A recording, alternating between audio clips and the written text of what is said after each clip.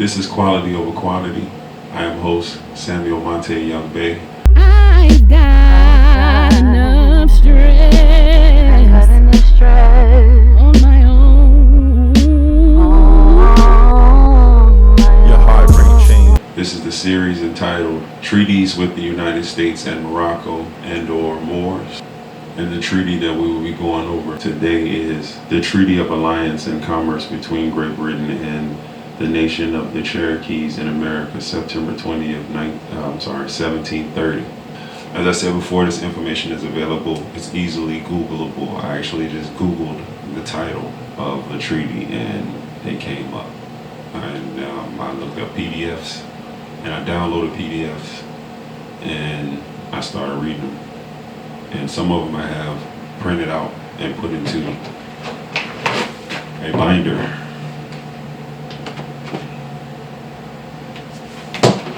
So, for later research and study, I would recommend that once you do download these and you begin to read them with dictionaries. Look up the words, preferably early edition dictionaries. 4th edition, 3rd, 2nd, 1st. The closer you can get to the first, the better, because definitions change over time, and some words were even allowed to go into disuse, per a quote from Noah Webster Dictionary, 1828, Volume 1. In speaking of the word aborigines, they said it would be perhaps best to allow that word to go into disuse, even though it accurately describes or applies to the indigenous people, Moors, especially here in America, or Al Morocco, or Amexem, or Northwest Africa. But let's get into this to this treaty. We have from the Library of Congress. This is to certify that the collections of the Library of Congress contain a publication entitled "A Collection of All the Treaties of Peace, Alliance, and Commerce between Great Britain and Other Powers from the Revolution in 1688 to the present time, Volume 2, and that the attached photocopies,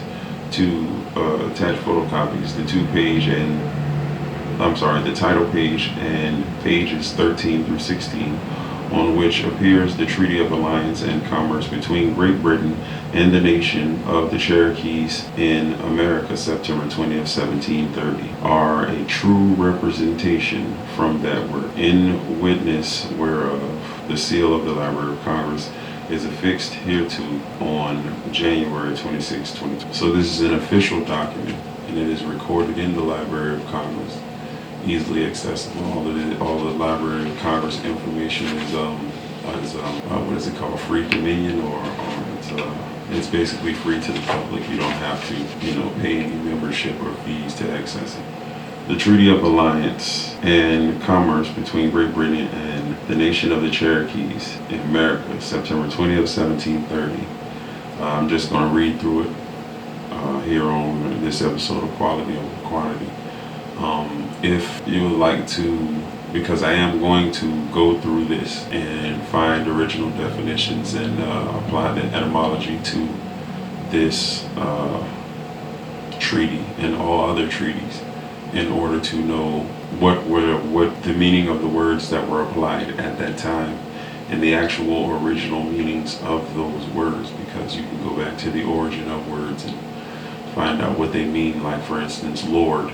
The word Lord's original meaning is loaf, like a loaf of bread. And reason being is because a Lord did provide sustenance or bread for his household.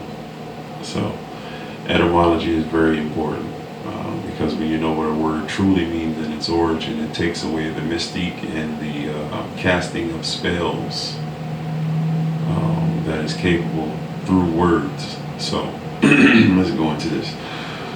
For as much as you Sakyagasta Oka, chief of the city of Tastetsa, you Scaliloskin.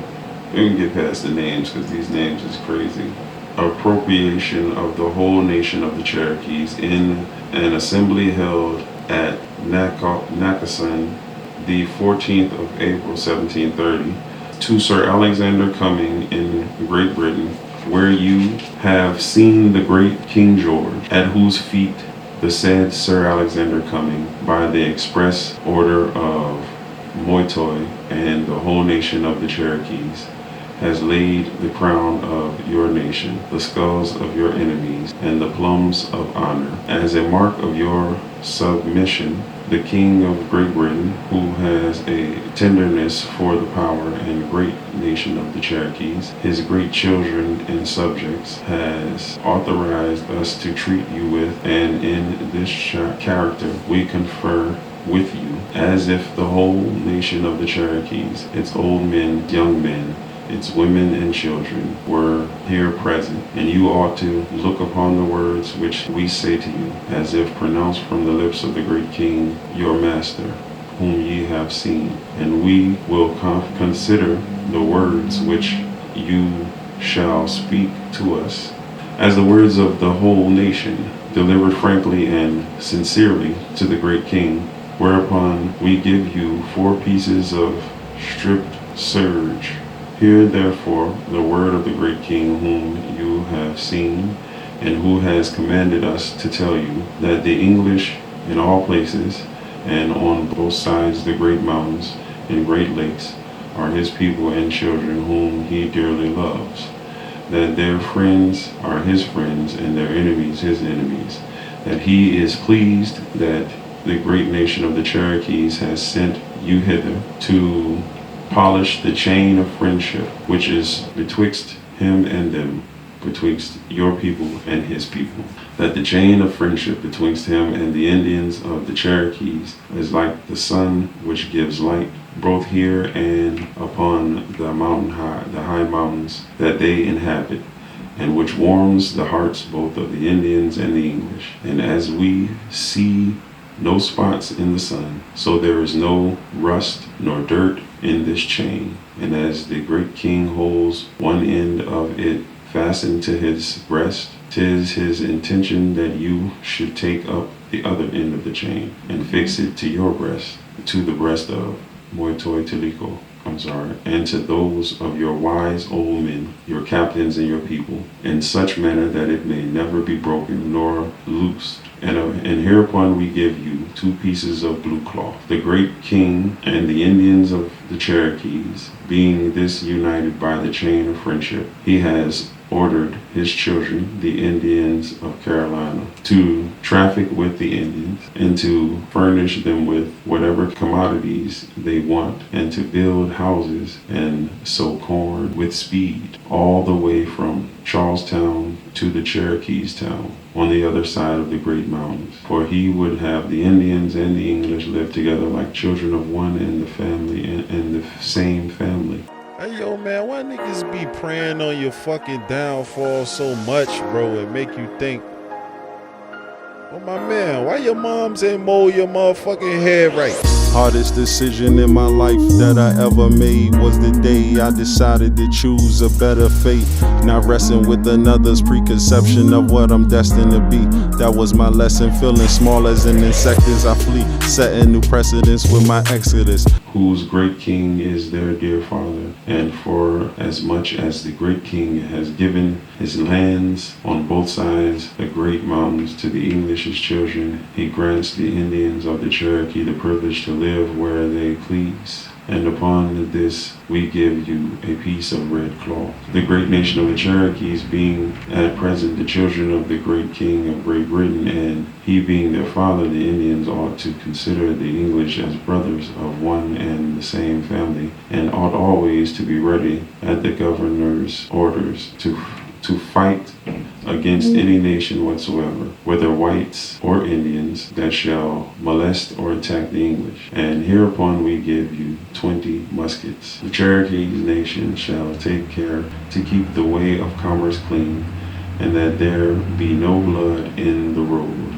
where the English white men travel, even though they happen to be accompanied by any other nation at war with the Cherokees, whereupon we give you 200 weight of gunpowder. That the Cherokees nation shall not suffer any of its people to traffic with any other white men besides the English, and shall grant leave to no other nation to build any fort or habitation, or to sow corn in their country, either near any towns of the Indians, or on the lands belonging to the great king. And if anything like it be undertaken, you must give advice of it to the English governor, and act as he shall order for maintaining the rights of the great king over the lands of Carolina. Whereupon we give you 500 weight of musket bullets, and the same quantity of cannonball, that in case any Negro slave runs away from his English master into the woods, the Indians of the Cherokees shall do what they can to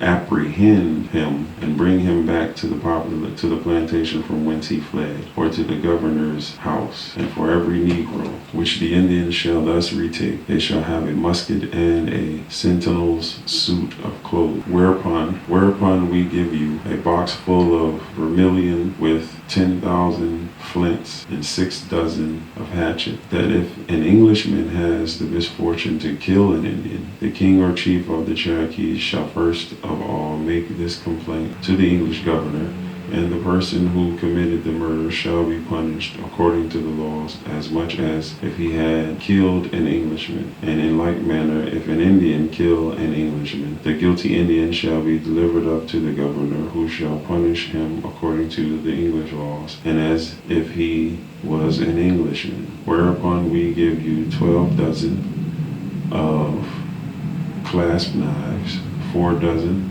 of kettles, and 10 dozen of bells.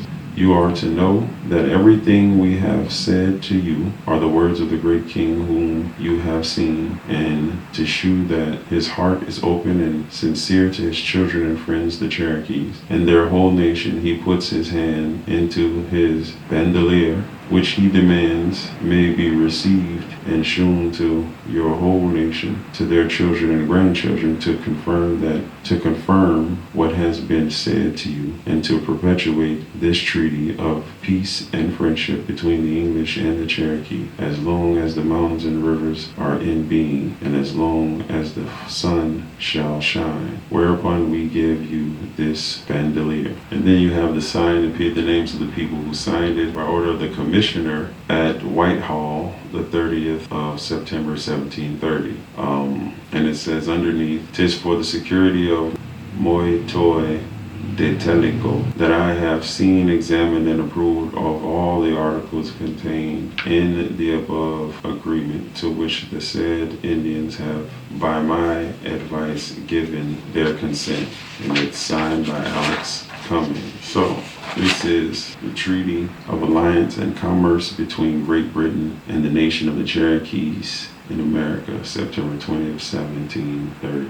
That was 9 articles. There were 9 articles or 9 sections that were laid out. In each section, something was given as a result, whereupon we give you 4 pieces of stripped serge, and hereupon we give you 2 pieces of blue cloth, and so on and so forth, to muskets and gunpowder and cannons and bullets, and you feel me? But this treaty establishes the fact that Great Britain was establishing an alliance and a means of protection for its English citizens, its English children who are domiciling here, who are living here, I'm sorry. It also provided protections for them to commerce, to trade and traffic wares throughout their territories and their regions that they occupied, and other regions. This document shows that some Indians were in agreement, thus the alliance, and it also showed that some Indians were not in agreement. So it kind of clarifies some things in this document as far as Indians. I mentioned in another video about how Dr. J.A. Rogers and Dr. Jose Pimienta Bey Jose V. Pimienta Bey. They both have a lot of works, literary works, but they have written specifically on the connection between Moors and or Indians and or Negroes and or African Americans. J.A. Rogers presents facts. He presents lists of facts in his literary pieces that will give you a good idea of who the Indian is. Let me hold on. Here's one right here. J.A. Rogers, 100 Amazing Facts About the Negro. There's one with complete proof, and on the cover is an Ethiopian princess. I'm sorry, Empress of Ethiopia. Okay, so like I was saying, there's a great correlation between J.A. Rogers and Dr. Jose Pimienta Bey, among others, have written about the correlation or the connection between Negroes, African American, and Moors and Indian. All of these people being one and the same originally, and so. These are the type of things that go on in our society right now. In the modern day, we are being deceived and manipulated, and informations are in a way being hid, but is still available and easily accessible.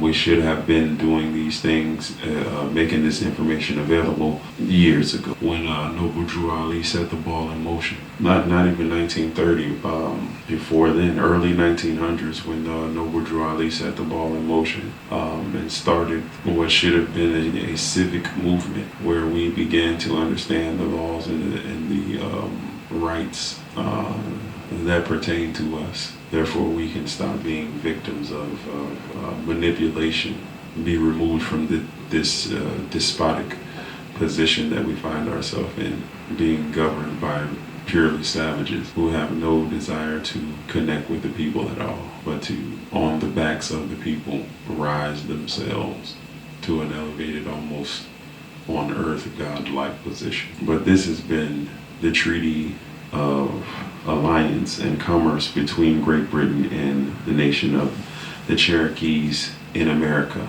It's a lot of tidbits, there's a lot of information in this treaty. I would recommend you go back through it, that you download it, that you go back through it, that you read it intently and look up these words. So build a desire for reading and then look up these words so that you can have a full and complete understanding of what's really being said. If you enjoyed this video and would like to see more like it, subscribe to my channel. Let me get a like down here so YouTube will know what's going on. And hit that notification bell also. And leave a comment too. Alright? Life completely fucked. New York Stock Exchange, instantly your numbers drop. Souls that remain, depression is great. They go berserk, expecting it to stay the same.